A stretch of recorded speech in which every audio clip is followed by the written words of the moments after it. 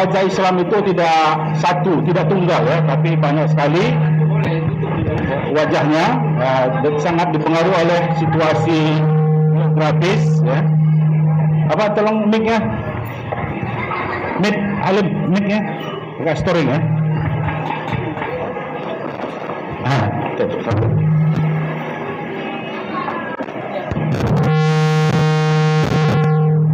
Apa kecil kan?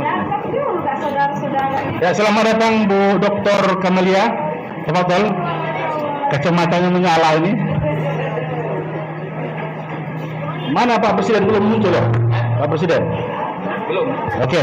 Sebagaimana tradisi kita biasanya, sebelum diskusi kita mulai, kita akan mintakan petua dari suhu kita, yaitu Bapak Dr. Khairuddin Tambusai ya. Tanpa memperpanjang mukadimah, kita mintakan kepada suhu ya. Kita persilakan.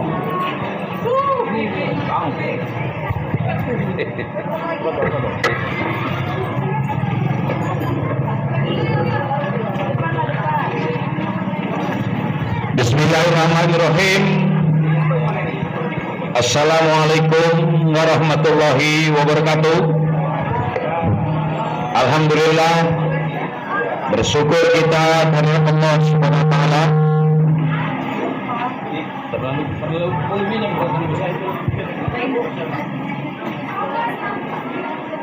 sampai pada pagi hari ini kita masih diberikan kesempatan dan kesehatan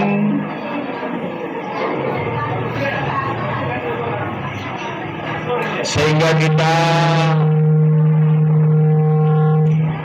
dapat memenuhi undangan yang disampaikan Kopi Pahit. Selawat beriring salam kita sampaikan kepada Rasulullah Muhammad sallallahu alaihi wasallam. Allahumma shalli wa sallim wa barik alaih. Harapan kita kelak kita diberikan syafaatnya, utamanya di kemudian hari. Yang sama-sama kita banggakan, di sini sudah ada paling tidak 3 personil Kopi Pahit. Ada Pak Presiden, ada Wakil Presiden yaitu Profesor Ziaul Haq, dan ada Menteri Keuangan yaitu Ibu Jonidar Sinaga. Jadi sudah ada juga Bapak tim ahli Kopi Pahit, ada Bapak Dr. Salamuddin, dan yang paling kita muliakan dari semuanya sudah hadir bersama kita saudara kita yang baru pulang dari Maroko ya, ada Ibu Fatma Yulia, Dr. Fatma Yulia MA. Kemudian yang kami banggakan, sudah beberapa orang, ada ibu yang cantik dan dahsyat dari Fakultas Dakwah dan Ilmu Komunikasi. Mereka berdua ini bukan hanya hebat tapi juga dahsyat.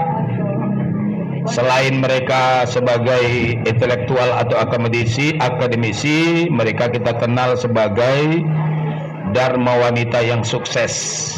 Ya, ibu-ibu dharma wanita yang sukses. Begitu juga anak-anak kami mahasiswa yang sudah hadir pada kesempatan ini. Selamat datang anak-anak sekalian. Di Kopi Pahit Ibu Fatma selalunya seperti ini. Ketika acara baru kita mulai, itu biasanya pengunjungnya belum banyak. Tapi nanti dari waktu ke waktu terus bertambah dan terus bertambah. Dan selalu yang menjadi heran kita, Bapak Ibu guru besar biasanya yang belum datang dari pagi itu, tapi begitu datang nanti siang mereka tahu semua apa yang dibicarakan di sini. Nah, ini kelebihannya ini. Hari ini sesuai yang disampaikan oleh Pak Profesor Ziaul Haq tadi adalah menyangkut tentang bagaimana Islam di negeri Maghrib.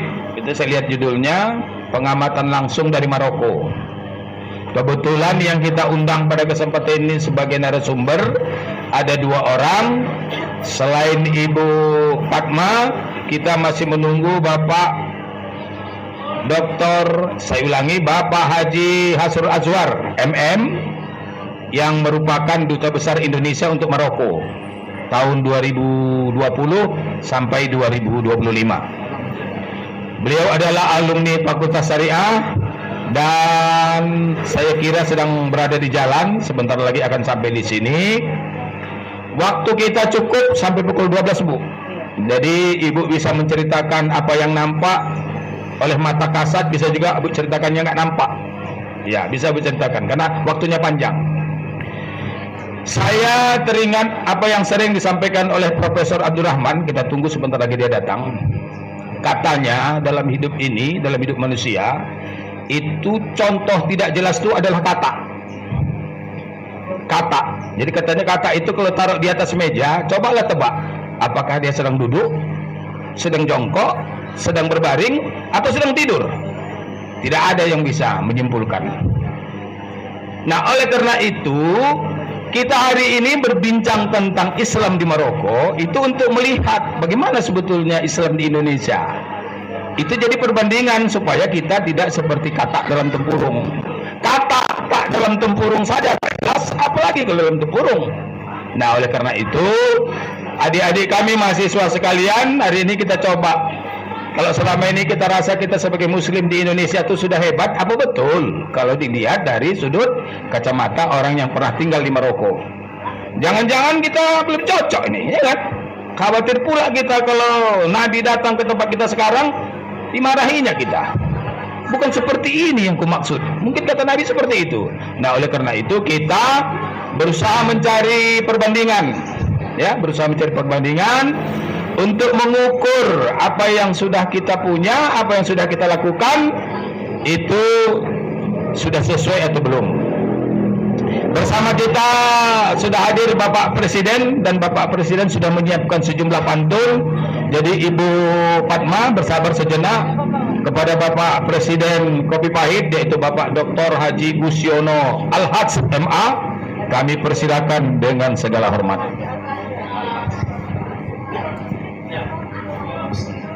Bismillahirrahmanirrahim. Assalamualaikum warahmatullahi wabarakatuh. Yang kami hormati narasumber yang sudah berhadir, ada Pak Hasrul yang sedang OTW dan Ibu Dr. Fatma Yulia. Namanya aja Fatma Yulia itu udah dekat dengan Maroko, kira-kira itu ya. Nanti mau identikan namanya bisa dicek yang bersangkutan. Syukur alhamdulillah, walaupun pagi tadi nampaknya ada rintik-rintik, tapi siang ini kelihatannya sudah cerah dan kita merasa berbahagia dan berkesempatan untuk hadir dalam diskusi ini. Kami hormati juga para rekan-rekan, ada fungsionaris dari Kopi Pahit, dan kemudian perlu juga kami sampaikan bahwa untuk diskusi ini setiap hari Rabu dari jam 9 sampai jam 12 itu kita siapkan sertifikatnya. Jadi sertifikatnya di di foto atau barcode yang ada di meja atau yang sedang dipasang. Nah, itu. Jadi rekan-rekan nanti yang mungkin butuh sertifikat bisa otomatis untuk mengambil sertifikatnya di barcode.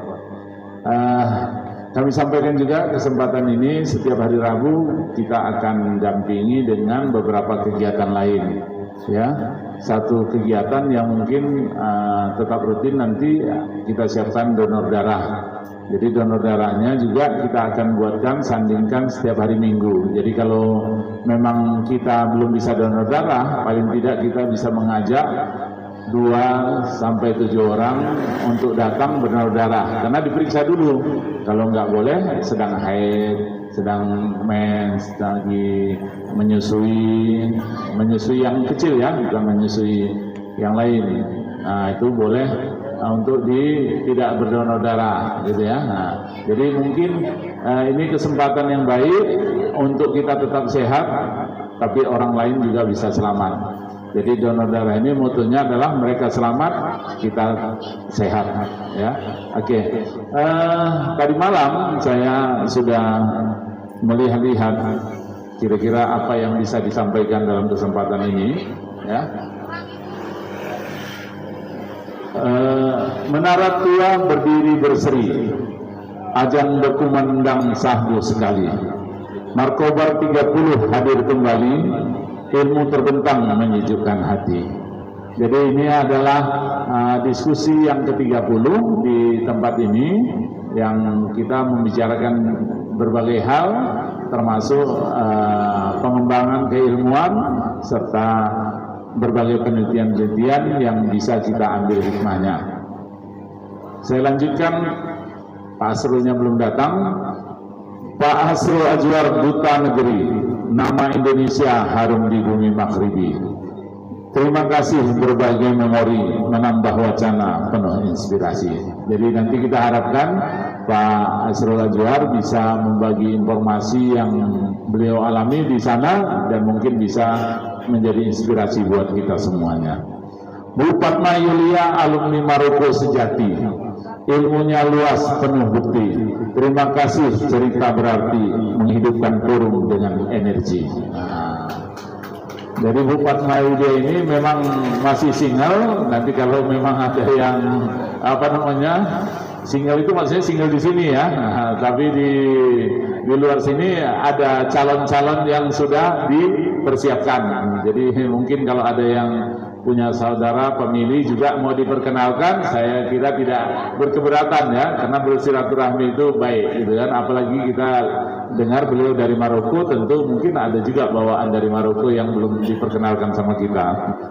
Ya, ke pasar Kasbah membeli buhari, singgah sejenak minum teh wangi. Terima kasih peserta hadir di sini, diskusi hangat menambah nurani. Mudah-mudahan diskusi ini menambah hati kita untuk Prof, silakan Prof. Ya, nampaknya harus diulangi lagi pantasnya. Apa? Memang kalau HP pejabat begitu dia. Oke, silakan. Ini kami perkenalkan selalu duduk. Narasumber kita dua-duanya sudah berada di sini. Saya akan ulangi pantunnya supaya kedengaran menyala gitu ya. Saya minta diberikan cakep gitu ya. Oh, nggak usah cakep lah, ini Melayu namanya uhui gitu ya. Uhui ya. Pak Asrul Ajwar, Duta Negeri. Uhui. Nama Indonesia harum di bumi maghribi. Terima kasih, berbagi memori menambah wacana penuh inspirasi. Jadi kita mau menimba pengalaman beliau, dan saya masih ingat dulu pertama saya masih masuk semester 1, beliau udah berjibaku di dunia politik, ya kan? Akhirnya menjadi duta besar, diplomat. Jadi diplomat itu sama Pak dengan ini teman-teman adik-adik Palang Merah, kalau pergi ke luar negeri dihitung sebagai diplomat juga. Ternyata dari UIN juga ada yang nyusul Bapak, saya nggak tahu ketemu waktu itu atau enggak. Kalau nggak ketemu berarti rugi ya. Rugi. Oke. Bintang timur bersinar di langit tinggi, menyinari malam penuh harmoni. Mari bersama majukan religi lewat riset dan kongko-kongko berbudi.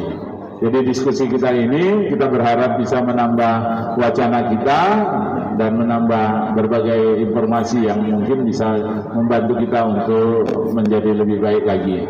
Saya kira itu pengantar dari saya. Kami ucapkan ribuan terima kasih sebelumnya kepada dua narasumber kita pada pagi yang berbahagia ini.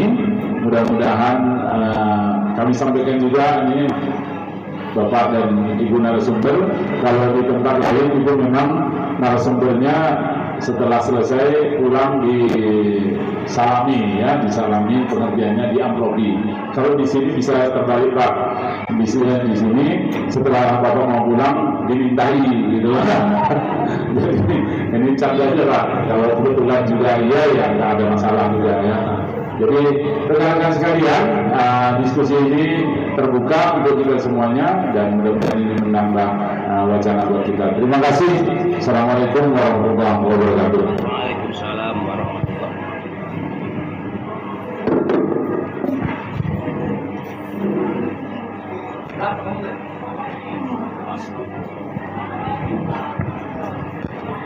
Demikian tadi Bapak Presiden Kopi Pahit sudah menyampaikan kebiasaannya, yaitu berupa potongan-potongan pantun, dan kita beri aplaus dulu kepada kedua narasumber kita. Ya, narasumber kita pada kesempatan ini di Markobar yang ke-30 ini, seperti tadi yang disampaikan, ada dua orang. Yang pertama itu ada Bapak Haji Hasrul Azwar MM yang sudah hadir bersama kita. Seperti tadi sudah kita sampaikan bahwa beliau yang terakhir sampai 2020 sampai 2025 adalah Duta Besar Indonesia untuk Kerajaan ya Pak, Maroko ya, Kerajaan Maroko.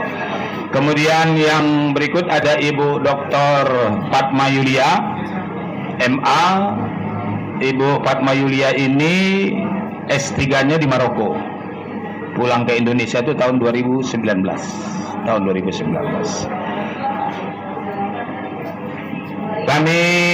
Kita sampaikan permohonan maaf kepada Pak Hasrul Azwar. Ternyata rupanya beliau tadi sudah bolak-balik menelpon saya. Kebetulan saya sudah megang mic untuk membuka acara, jadi tidak terdengar. Rupanya beliau sudah lama menunggu di Fakultas Syariah barangkali tadi Bang ya, atau di belakang. Nah, Bang Azrul, saya sering memanggil beliau begitu. Acara Kopi Pahit ini memang bentuknya seperti ini, dan biasanya makin siang itu makin ramai. Biasanya para dosen kita dan guru besar kita akan datang ke tempat ini, dan kita akan berdiskusi tentang seperti topik yang disampaikan, bagaimana tentang Islam di Maroko, sesuai dengan apa yang narasumber berdua lihat atau amati. Bapak-bapak dan ibu-ibu serta seluruh hadirin di Kopi Pahit yang sudah berkumpul bersama kita, perlu juga kami sampaikan bahwa Bapak Haji Hasrul Azwar ini adalah alumni YIN atau UIN Sumatera Utara, tepatnya pada Fakultas Syariah.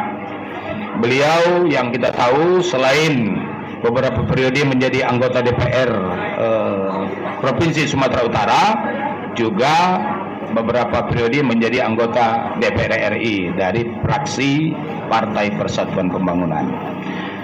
Untuk lebih lanjut memandu acara kita ini, kebetulan saya bersama Ibu Dr. Juni Narsinaga. Kepada Ibu dipersilakan untuk bertanya-tanya barangkali terlebih dulu kepada dua narasumber kita, kemudian nanti baru kita sampai pada persoalan-persoalan yang ingin dibahas. Terima kasih kepada Ibu Junidar, kami persilakan dengan segala hormat.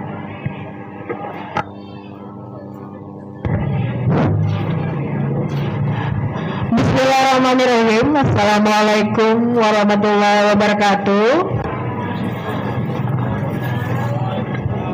Kayak kurang semangat ya. Mungkin karena hujan kali ya Bu, atau karena setelah upacara capek, jadi jawabnya kurang semangat. Capek dan lapar gitu ya. Kalau haus di sini kita siapkan memang, karena kan namanya Kopi Pahit. Tapi hidup tidak selalu pahit, ya kan? Baik Bapak Ibu sekalian, hari ini kita kedatangan dua narasumber yang sangat istimewa hari ini. Dengan kehadiran narasumber kita yang pertama, Bapak Dr. Andes Haji Hasrul Azwar MM. Assalamualaikum Pak. Waalaikumsalam. Jadi Bapak Haji Hasrul Azwar ini kami yakin dan percaya semua kita yang ada di sini sudah mengenal baik. Artinya apa? Kenapa kita mengenal baik? Karena Pak Hasrul adalah salah seorang alumni UIN Sumatera Utara yang berkarir luar biasa. Tepuk tangan dulu untuk Pak Hasrul. Ya. Jadi Bapak Hasrul Azhar ini seperti yang disampaikan tadi, kalau kita tidak salah ada 3 periode menjadi anggota DPR RI ya Pak. Ada 3 periode DPR RI. 3 periode. Ya. Dan selanjutnya menjadi duta besar Indonesia untuk Maroko dari mulai 2015 ya Pak. 2019 dari 2019 sampai 2025. Selanjutnya narasumber yang kedua adalah Ibu Dr.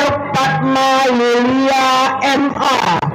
Ibu Fatma adalah dosen Fakultas Dakwah Fakultas Dakwah Sumatera Utara dan tercatat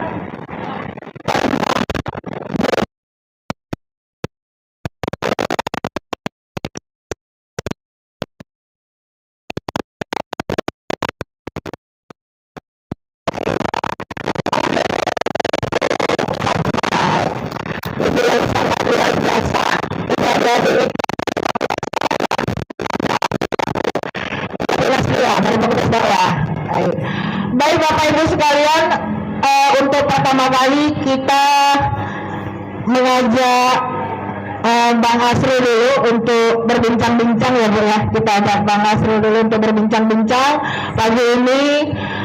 Jadi Bang Hasrul silakan, Bang Hairudin mic-nya diberi ke Bang Hasrul. Jadi pagi ini kami di sini seluruh audiens ingin tahu pengalaman Bang Hasrul selama di Maroko, karena memang kalau kita membaca di berbagai sumber, Maroko ini tadi kan seperti tema kita hari ini, wajah Islam di tanah Maghrib, pengamatan langsung dari Maroko, yang mana Maroko ini sering disebut dengan negara matahari terbenam, ya Bu Fatma, matahari terbenam. Jadi Bang Hasrul, kami ingin mendengar langsung dari Abang, karena memang Abang di sana tugasnya sebagai duta besar, berarti kami yakin dan percaya pengamatan Abang langsung pasti terkait dengan hal-hal juga yang berbau politis dan hal-hal yang segala sesuatu tentang Islam di Maroko. Karena kalau kita lihat juga dari berbagai sumber, Maroko ini 99% bahkan Islam. Artinya masyarakatnya, rakyatnya 99% semuanya beragama Islam. Untuk itu hari ini kami ingin langsung mendengarkan dari Bang Hasrul bagaimana sebenarnya situasi politis Islam di Maroko, dan juga pelajaran-pelajaran yang penting apa yang bisa kita ambil dari pengalaman Abang di sana. Kami persilakan Bang.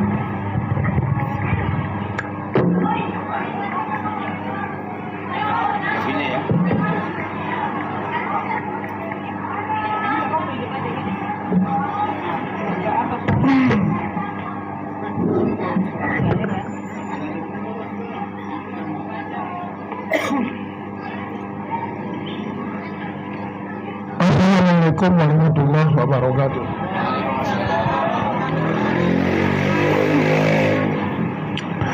Bismillah walhamdulillah wa la ilaha illallah wallahu akbar wa la hawla wa la quwwata illa billah. Wassalatu wassalamu ala rasulillah Muhammad ibn Abdillah wa ala alihi wa man tabi'ah wa mawala, amma ba'du.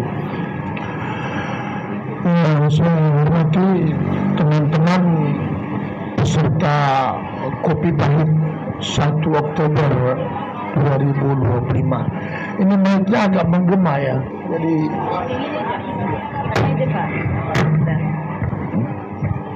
bertepatan dengan hari peringatan kesaktian 1 Oktober, kesaktian Pancasila. Saya mengucapkan terima kasih atas undangan sebagai narasumber di acara Kopi Pahit yang ke-30 dengan judul melihat secara nyata Islam di Maroko atau di Maghribi.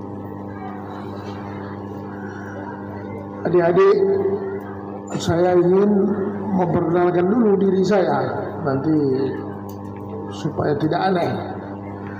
Nama saya Hasrul Azwar, saya S1 dari Fakultas Syariah IAIN Sumatera Utara, Jalan Stomo. Kemudian menempuh S2 Magister Manajemen di Universitas Sumatera Utara. Saya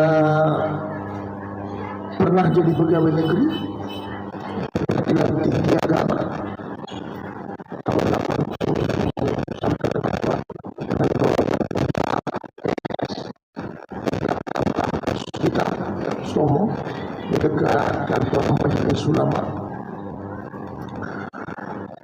dengan MIP 15. Tapi kemudian tahun 1982 saya mengajukan permohonan berhenti sebagai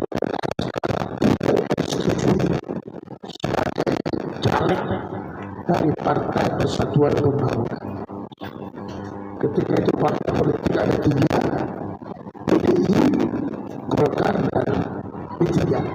Saya kemudian maju menjadi P3 dan mencalonkan diri sebagai anggota DPR 1982.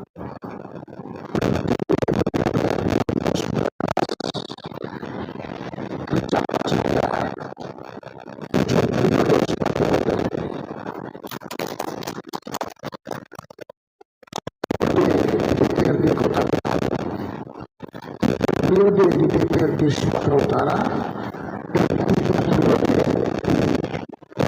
di Senayan, lebih 75 tahun saya berbaktikan sebagai politisi. Kemudian Presiden Republik Indonesia meminta saya dan menunjuk saya menjadi duta besar di Maroko dari mulai Februari 2019 sampai dengan Mei 2025. Jadi kurang lebih sekitar 6 tahun. Waktu yang sangat panjang. Teman-teman diplomat bilang biasanya 3-4 tahun, saya sampai 6 tahun lebih.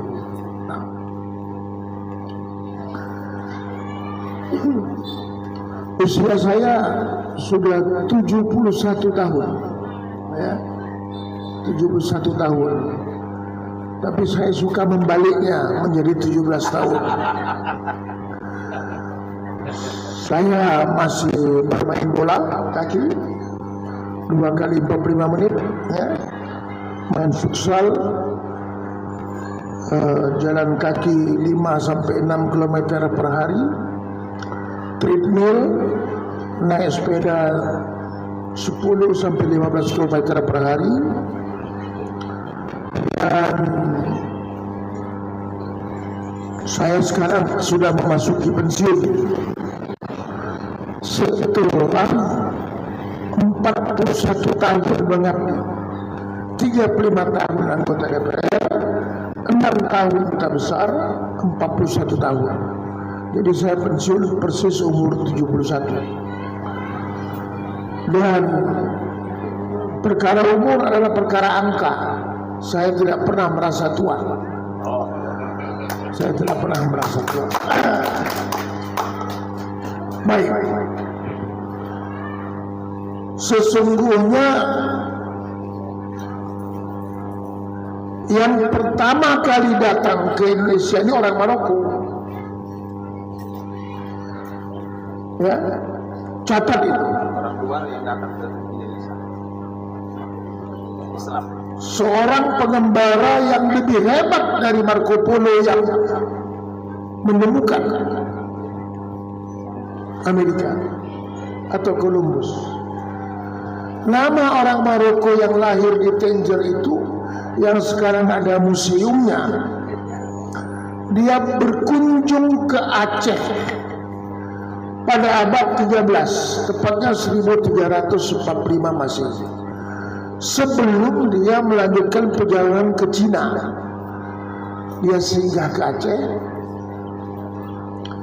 disambut oleh Sultan Samudra Pasai, namanya Sultan Malik Mahmud Az-Zuhri pada tahun itu. Dan Ibnu Battuta tinggal di Pasai selama 2 minggu, dan dia menerbitkan bukunya, catatan Rihlah Ibnu Battuta, yang terpampang di Museum Tangier di Maroko. Antara lain catatannya, saya berkunjung ke Aceh, Pasai, mereka beragama Islam, mazhabnya Syafi'i. Dia catat itu, dia sebut itu, mazhab penduduknya Syafi'i, nama sultannya Malik Mahmud Az-Zuhri, pelabuhannya besar, pohon-pohonnya bagus, hijau, dan saya dijadikan tamu istimewa selama saya di Pasai. Itu catatan orang Maroko yang pertama datang ke Indonesia. Mengapa dia mengkhususkan mencatat mazhab penduduknya Syafi'i?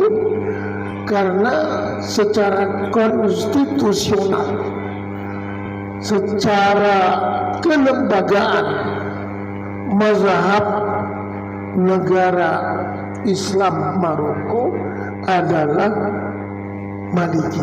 Ya, jadi dia catat. Oh, di sini Syafi'i, di Maroko Maliki. Ya, tahulah kita Maliki itu, ya, Fatihahnya sil, kunutnya dibaca setelah selesai membaca ayat pada rakaat kedua, tapi tidak ada angkat tangan. Di setiap masjid di Maroko kalau sudah musim dingin, ada batu-batu di sudut untuk tayamum. Karena kalau puncak musim dingin di Maroko itu saya kenapa? Kalau musim itu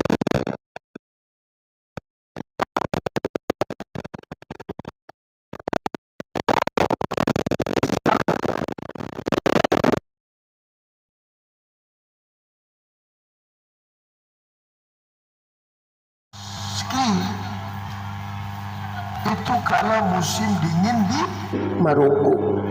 Itulah mazhab Maliki. Di kamar mandi itu banyak gayung. Mereka cukup berwudu dengan segayung saja. Berdasarkan hadis, janganlah kamu boros memakai air sekalipun kamu berada di tengah sungai. Nah, saya berwudu pakai pancuran macam biasa lah. Oh ya, apa ini? Wazir. Saya bilang saya Syafi'i. Nah, dia membasuh, kita menyiram. Dia cuma segayung aja. Cukup segayung. Jadi di kamar mandi setiap masjid itu banyak gayung sini. Dan dia berduduk dengan air segayung itu saja, bukan seperti kita buka keran, beda. Nah, itulah Maliki. Itu catatan Ibnu Battuta tentang Indonesia, tentang Aceh. Jadi dari dulu orang Arab bilang mundu zaman, dari dulu, dari zaman bahula memang kita dikenal masyarakat yang ramah. Itu dibuktikan oleh Ibnu Battuta. Masyarakatnya ramah, ya, komunikatif. Saya diperlakukan dengan sopan, dihidangkan makanan, disambut raja, dan lain sebagainya. Itu catatan Ibnu Battuta. Nah, kalau Bapak Ibu berkunjung ke Maroko, ya, jangan lupa ke Tanger. Di situ ada museumnya. Nah, Tanger, Museum Ibnu Battuta. Dari Tanger inilah,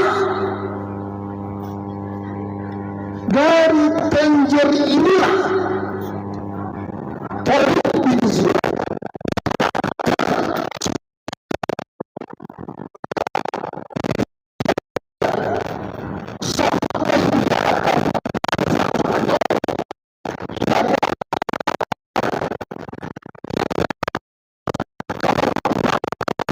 silakan berenang. Tapi kalau mau tidak, sama saya, ayo, Allahu Akbar.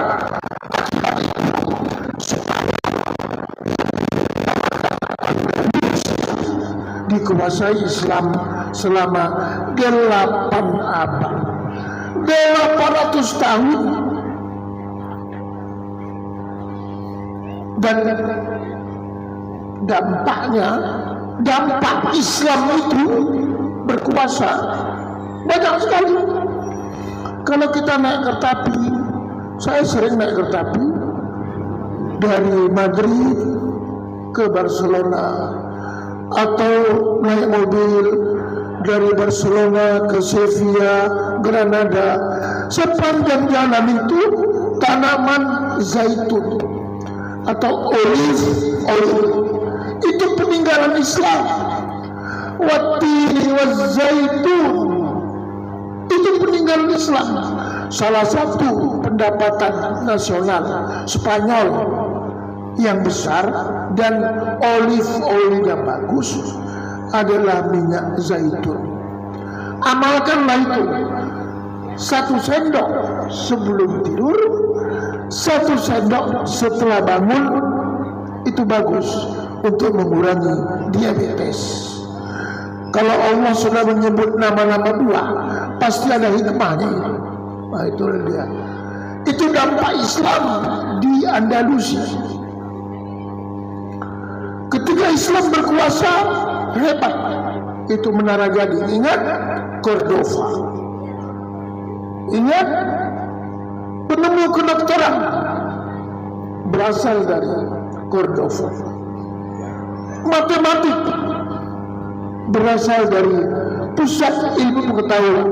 Orang-orang Eropa waktu itu menyembah, minta tolong supaya mereka bisa belajar di Cordova atau di universitas pertama yang lahir di dunia, itu di Fes, namanya Universitas Al-Qarawiyyin di Fes. Jadi bukan Al-Azhar yang pertama. 1000 tahun setelah Qarawiyyin berdiri, baru Al-Azhar berdiri, Pak.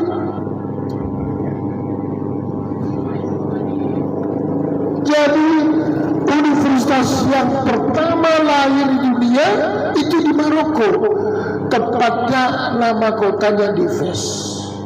Ibu ini dari Universitas bin Abdullah di Fes, cabang dari Qarawiyyin. Rektornya dua-dua sahabat saya. Ya, kampus beliau ini sudah jadi rumah saya selama saya 6 tahun. Ya. Itu Maroko.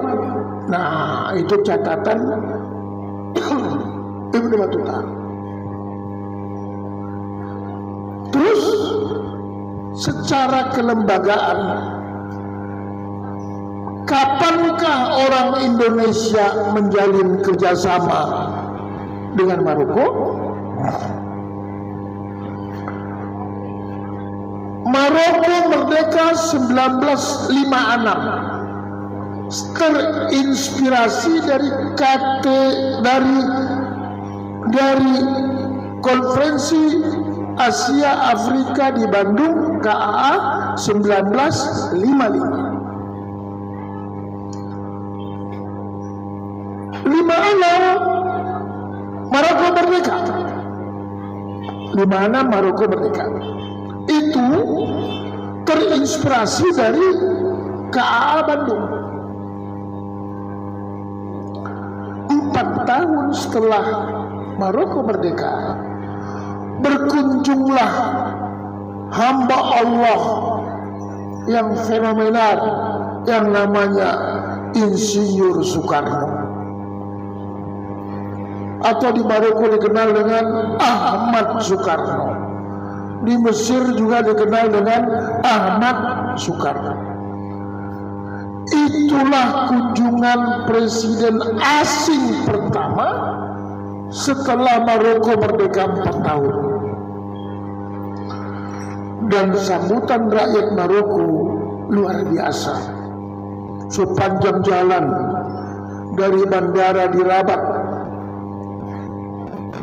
bendera merah putih berkibar. Dan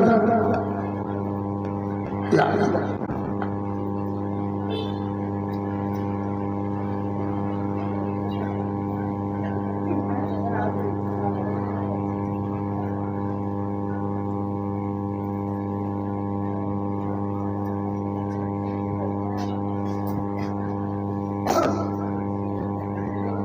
dan Soekarno disambut hangat.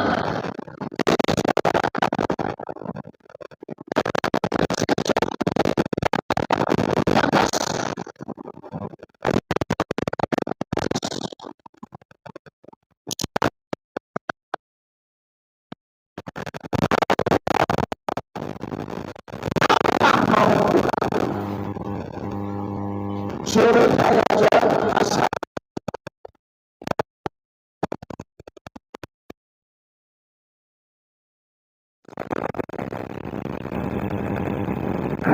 dia pemimpin Asia Afrika, berkawan sama Gamal Abdul Nasser, Nehru, Tito, Presiden Yugoslavia yang negaranya sudah bubar, ya, berkawan dengan Sihanouk, Kamboja, berkawan dengan Tuanku Abdul Rahman, Malaysia.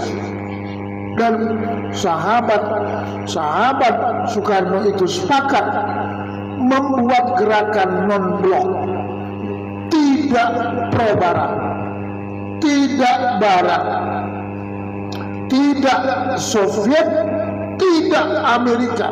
Dia bikin non-blok. Bahkan dia bikin tidak mau, bahkan olahraganya juga tidak mau ikut.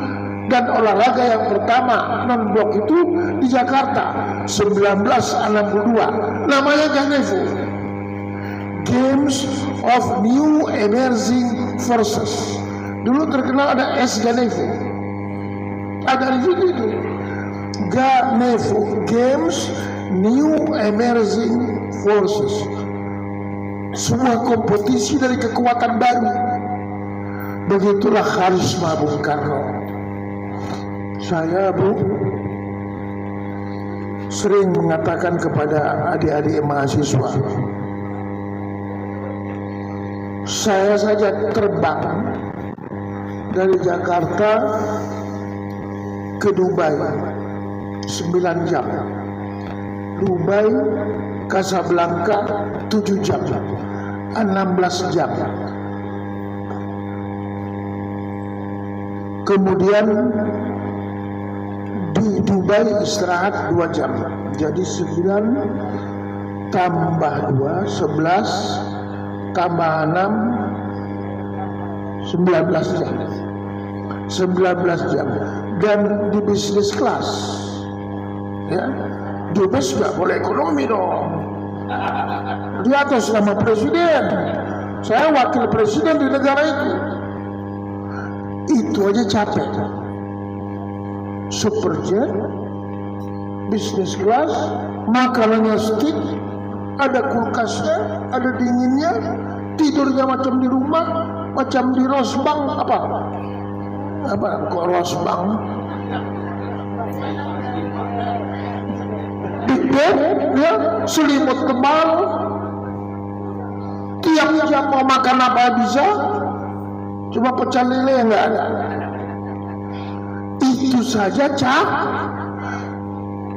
Can you imagine how many days Soekarno flight from Jakarta to Maroko? Can you imagine it? Bisa nggak Anda bayangkan berapa hari Soekarno terbang dengan pesawat propeller balik-balik?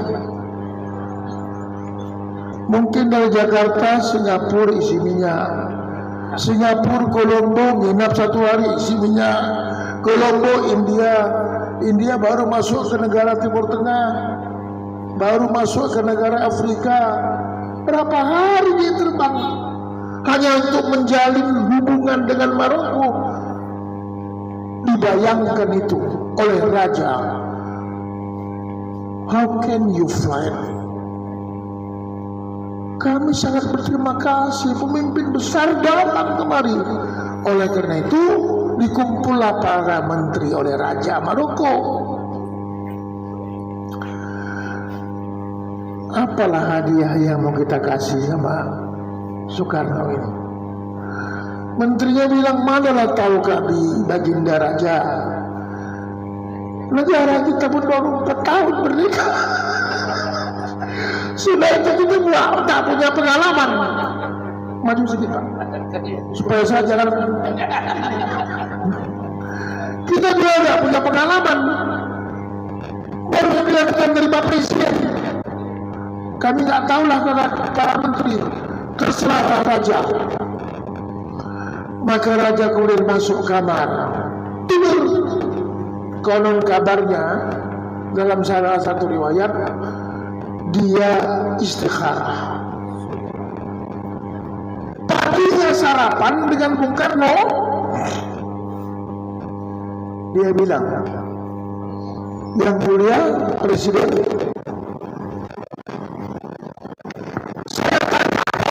saya tidak tahu apa hadiah yang mau dikasih.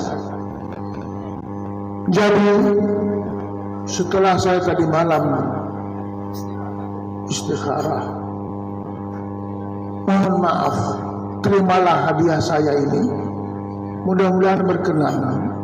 Gampang, easy, take it easy, kata Soekarno.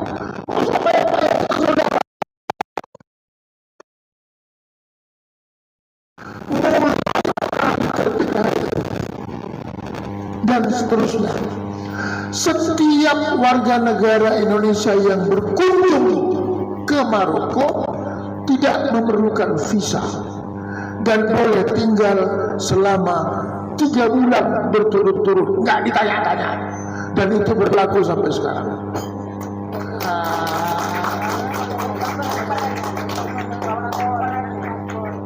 Jadi kalau bapak mau ke Maroko, pergi urus paspor, masuk ke bandara, mau kemana? Ke Maroko. Sampai imigrasi Maroko, Indonesia, fadl, nggak ada tanya-tanya. Tapi Maroko aja ya, dan sekitarnya. Itulah hadiah. Tapi warga negara Maroko ke Indonesia perlu visa. Yang berikutnya kata raja, mohon berkenanlah saudaraku Bung Karno meresmikan 4 nama jalan di Kota Rabat, di downtownnya, bukan di Jalan Tanjung, bukan di downtownnya, bukan di Tembong, downtown, jalan di Ponorogo lah kalau Medan. Diresmikan oleh Bung Karno 4 nama jalan: Jalan Soekarno, Jalan Jakarta, Jalan Bandung, dan Jalan satu lagi 4. Jakarta, Bandung, Jakarta, Jalan enggak 4 Bu, suka saya tak 6 tahun di sana. Enggak, beda. Saya lupa satu lagi, Jalan Indonesia sebagai negara.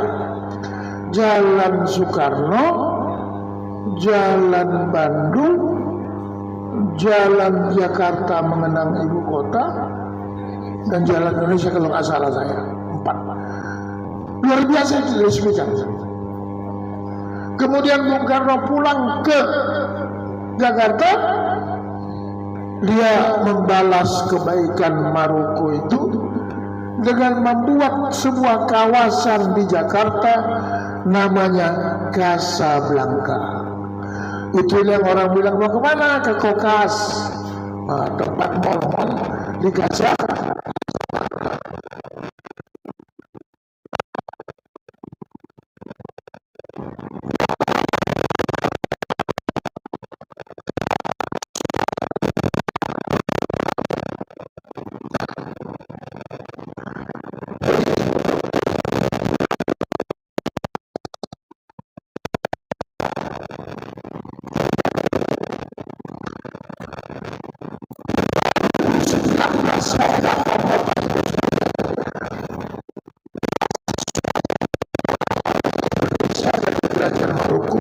Cuma 15 orang,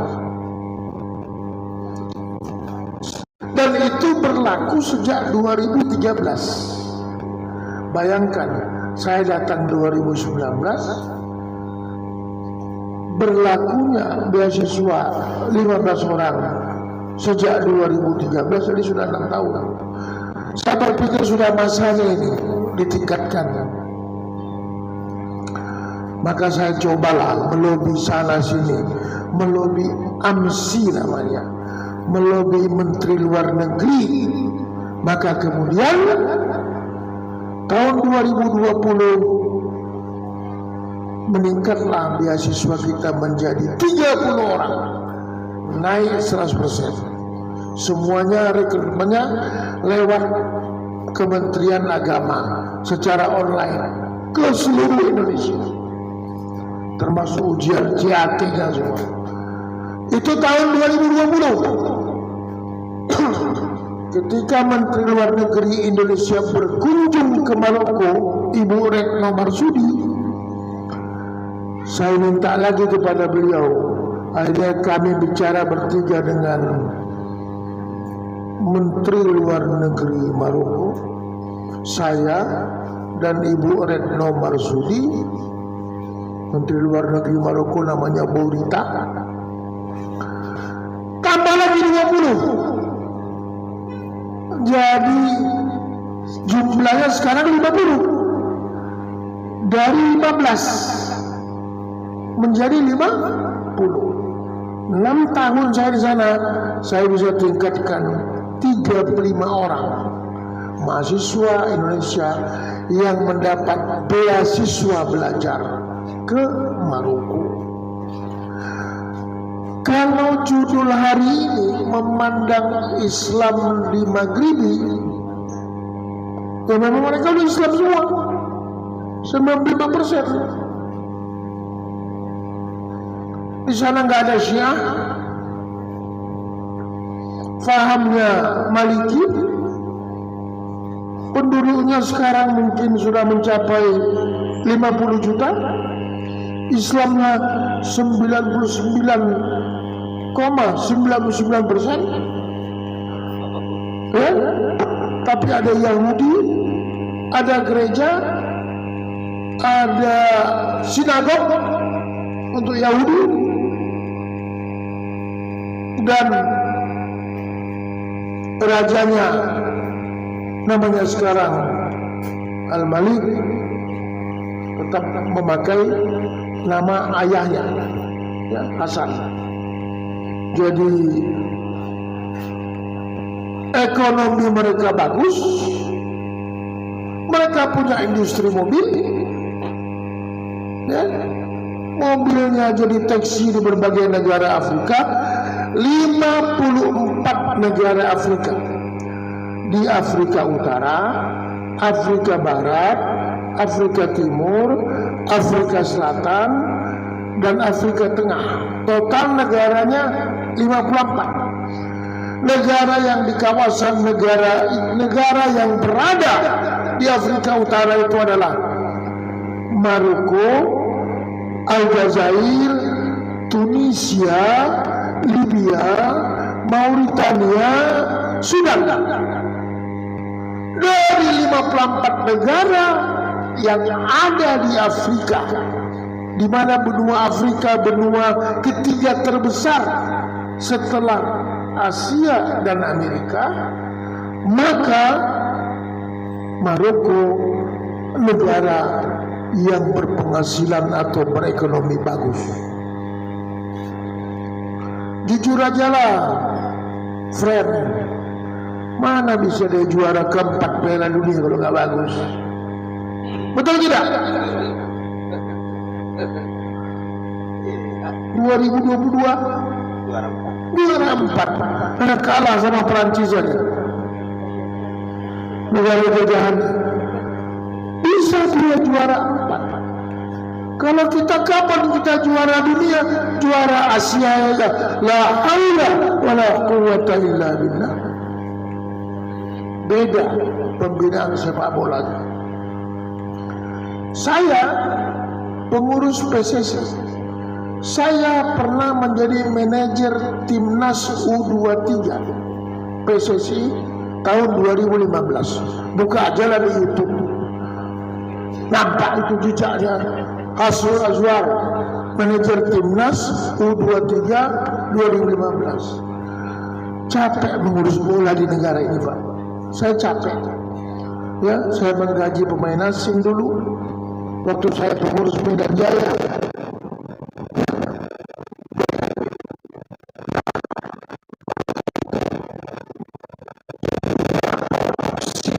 Biasa yang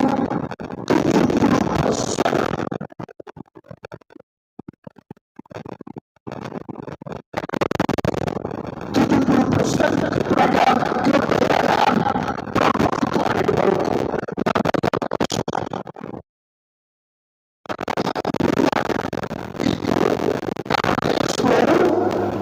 Kata ilmuwan Maroko, 500 tahun diekspor belum tentu habis.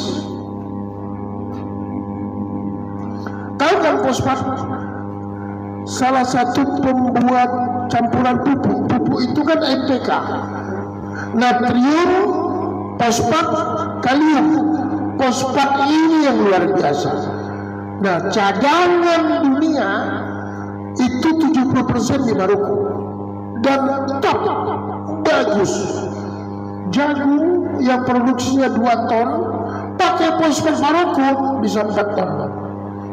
Maka buah-buah di Maroko besar, murah, nikmat. Tanya ibu ini, kalau musim delimanya ya Allah sebesar apa ya? Gelas ini masih kecil, sebesar ini delimanya sekilo 8 dirham, 8 kali 15.000, 120.000 sekilo. Semangkanya satu itu paling ringan 10 kilo. Udah ringan kali itu Pak semangkanya.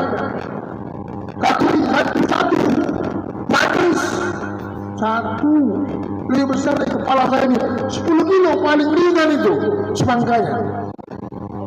Kalau anggur nggak usah tanya, blueberry itu nggak usah tanya. Banjir buah Maroko itu.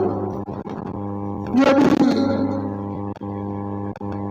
Maroko itu negara Maghribi itu. Dan kenapa dia bisa negara maju lebih hebat dari berbagai negara lainnya?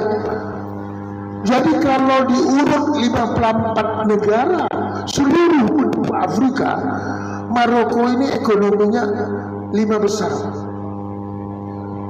di samping Mesir, Afrika Selatan, mungkin Maroko, ya.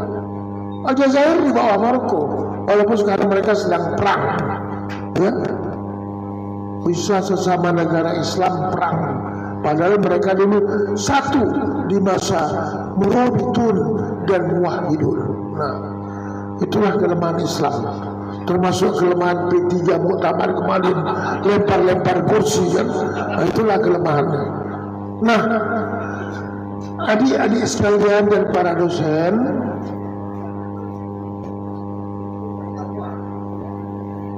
saya tanya kepada para ekonom Maroko, dan saya berkunjung ke Pospat itu. Inilah hebatnya Allah, Pak. Dia bilang, God only gives us land. Tuhan hanya memberikan kami tanah. Not like our brothers in Middle East. Enggak seperti saudara kita di Timur Tengah. God gives them always. Tuhan memberikan mereka minyak. Kami dikasih Tuhan tanah aja, tapi kami jual tanah. Dan tanah itu dibutuhkan di seluruh dunia, termasuk Indonesia. Satu-satunya agen Pospat Maroko di Indonesia adalah PT Pupuk Kaltim. Itu dia. Itu kehebatan. Nah, Maroko ini dia dekat dengan Eropa, Pak. Saya mohon maaf ya adik-adik, saya ini pencinta bola, pemain bola sampai sekarang, ya. Posisi saya striker, ya.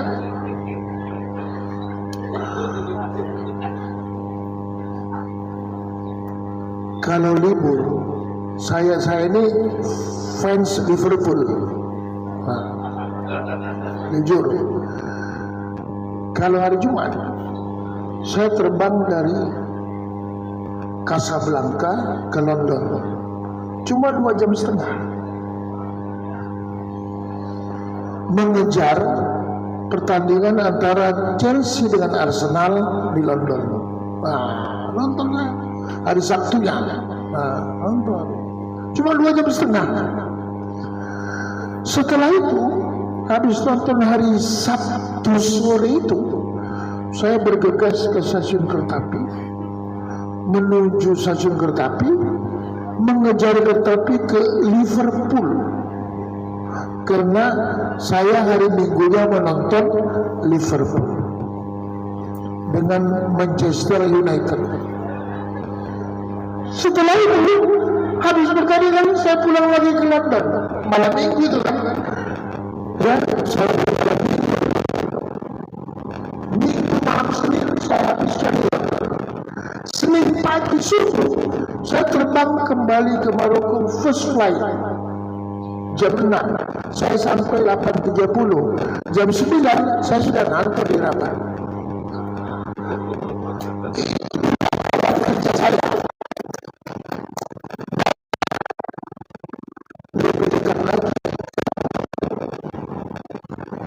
dari Casablanca ke Madrid, Spanyol 1 jam. Saya juga sering nonton Madrid, ya, waktu jaya-jayanya Madrid. Saya terbang malam ke Spanyol, besoknya nonton Madrid di Madrid. Dari Madrid saya naik kereta api ke Barcelona 2 jam, karena besok Barcelona main. Terus saya sempatkanlah ke peninggalan Islam yang hebat itu, yang namanya Istana Alhambra. Jadi ada 3 sumber pendapatan negara Spanyol yang hebat. Pertama, Alhambra, buatan kerajaan Islam. Kedua, Stadion Madrid. Ketiga, Stadion Barcelona. Itu aja. 60 juta penduduk Spanyol 40 juta tulisnya. Kita 20 juta pun sudah capek menjual Bali, nggak bisa. Nah, kembali ke Maroko, wajah Islam di sana cerah. Setiap Idul Adha, raja ngasih kami kambing di KBRI, besar kambingnya, ya. Makanannya dengan kita enak, ya, tidak gitu pedas, ya, tidak juga berbau Arab, ada namanya tajin, enak, ya, enak. 6 tahun saya di sana sangat menyesuaikan. Nah, satu hal yang perlu kita catat di Maroko terkait dengan judul hari ini adalah setelah Arab Spring tahu kan peristiwa Tunisia, setelah Arab Spring Maroko menerapkan ada pemilu. Maka kemudian pemilu di Maroko itu dan ada partai politik. Dulu nggak ada partai politik, sekarang ada partai politik. Kemudian ada beberapa kementerian yang mutlak dipegang raja. Urusan agama Islam tidak boleh diambil oleh partai pemenang pemilu. Itu raja, Pak. Maka urusan agama Islam langsung dikendalikan oleh raja. Gaji imam itu raja yang menyiapkan. Imam di masjid pemerintah atau imam di masjid swasta, masjid organisasi, masjid yayasan, masjid kutab-kutab, imamnya persyaratannya harus hafal 30 juz. Maka antara lain persyaratan beasiswa mahasiswa kita yang tadi saya sebut, minimal harus hafal minimal 10 juz kalau mau kuliah di Maroko. Minimal at least 10 juz. Ya, itu ketentuan, Pak. Itu persyaratan. Itu yang mengendalikan raja. Jadi tidak ada imam yang tidak hafal Al-Quran 30 juz. Wakilnya juga demikian. Urusan pendidikan juga urusan raja lewat sebuah lembaga yang namanya AMSI yang dikoordinir oleh Kementerian Luar Negeri. Dari AMSI itulah kita mendapat beasiswa. Jadi wajah Islam yang moderat itu nampak di pemerintahan dan di masyarakat. Islam yang kooperatif, Islam yang toleransi, Islam yang watawasau bilhaq, Islam yang watawasau bis-sabr. Tapi catatan politik ada juga tidak baiknya.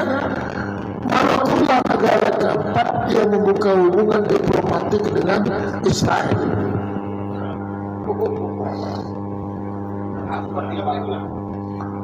Pertimbangannya karena memang dari dulu mereka sudah membantu masyarakat Yahudi. Jadi ketika Yahudi diusir oleh Nazi, berlarian ke berbagai negara Eropa, termasuk ke Maroko, raja dan disiapkan penampungannya dan warna rumah mereka warna hijau ini. Kalau biru begini, kalau biru baju rumah Yahudi.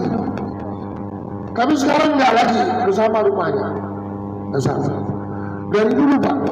Jadi bagus hubungan mereka dengan Yahudi dari dulu. Jadi hubungan kemanusiaan. Dia nggak peduli dengan Gaza itu yang rakyat demonstrasi menentang kebijakan raja itu. Tapi namanya raja hanya ada 2 pasal. Pasal 1, raja tidak pernah berbuat salah. Pasal 2, apabila raja berbuat salah, kembali ke pasal 1. Namanya King can do not wrong. King can do not wrong. Ini dari saya, ya. Datanglah ke Maroko, cari tiket murah. Kalau nggak kapan, sekarang lagi. Kalau nggak kapan, kalau nggak sekarang, kapan lagi. Sekarang travel biro merubah rute mereka. Dulu Jakarta, Mesir, melihat piramid.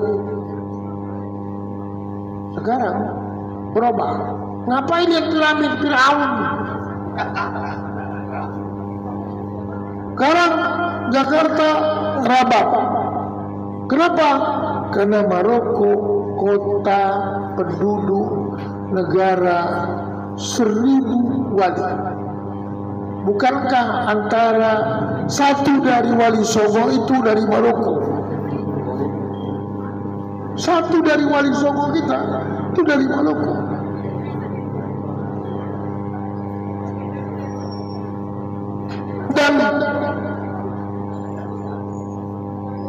Dan satu kehebatan Maroko ini dan Mauritania, negara tetangganya, tentang hafalan Quran.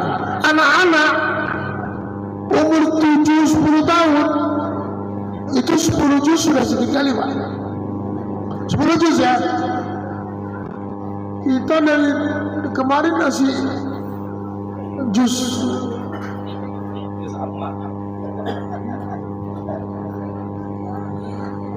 itu saja, nggak ada tambah-tambahan. Mereka bilang nuzilal Quran fil Hijaz. Quran diturunkan di Hijaz. Qur'an Quran fil Misr. Quran itu didendangkan, dilakukan di Mesir. Hufizul Quran fil Maghribi. Dihafal Quran itu di Maroko. Wah, itu kebanggaan mereka tentang menghafal Quran itu. Dan mereka menghafal Quran itu pakai law. Kita kan dulu law. Saya dulu SD pakai law, papan tulis. Law mahfuz. Law itu kan papan. Apa namanya? Batu tulis. Dulu kan SD saya pakai itu, pakai kapurnya, batu tulis, law. Itulah law mahfuz. Dan mereka hafal sambil menulis. Subhanallahi ma fis samawati. Itulah kehebatan dalam tanda kutip Maroko. Negaranya asri. Saya kalau pagi jalan kaki di tepi pantai, menyusuri sungai Burekrek yang membelah kota Rabat, dan saya jujur happy saya di Maroko, ya, happy. Banyak teman, ya, banyak teman. Sering saya diundang ceramah di berbagai universitas, ya, tentu dengan bahasa Arab. Nggak mungkin bahasa Indonesia. Mereka menggunakan 2 bahasa, Arab dan Prancis. Kalau saya ceramah, saya menggunakan 2 bahasa, terkadang Arab, terkadang Inggris. Kalau Prancis saya nggak tahu, berat, payah kali bahasa Prancis. Nah, liku-liku Maroko sebagai negara Muslim yang bermazhab Maliki memandang Indonesia sebagai saudaranya. Dia bilang selalu, biladi biladukum, wa biladukum biladi. Dia bilang kita saudara, negerimu negeri saya negeri kamu. Itulah Maroko yang saya banyak membina persahabatan dari mulai wartawan, politisi, sampai ke tingkat menteri. Dan itulah memang kebiasaan saya, mencari jaringan. Kenapa saya bisa bertahan 7 periode 35 tahun anggota DPR? Waktu itu gak ada transaksional, gak ada bayar-bayar. Memperkuat jaringan, memperkuat komunikasi. Saya berkawan dari orang yang rukuk dan sujud di sajadah, sampai orang yang tiap harinya berbuat haram jadah. Itulah yang saya kawani. Kenapa? Saya perlu suara dia. Sebagai politisi, suara narapidana dengan suara intelektual sama-sama satu. Nggak ada yang dua. Nah, ini Ibu, wah udah lama juga, kopinya udah dingin, tambah pahit lagi nih. Apa bisa diganti jadi panas ini? Terima kasih. Assalamualaikum warahmatullahi wabarakatuh. Waalaikumsalam warahmatullahi wabarakatuh.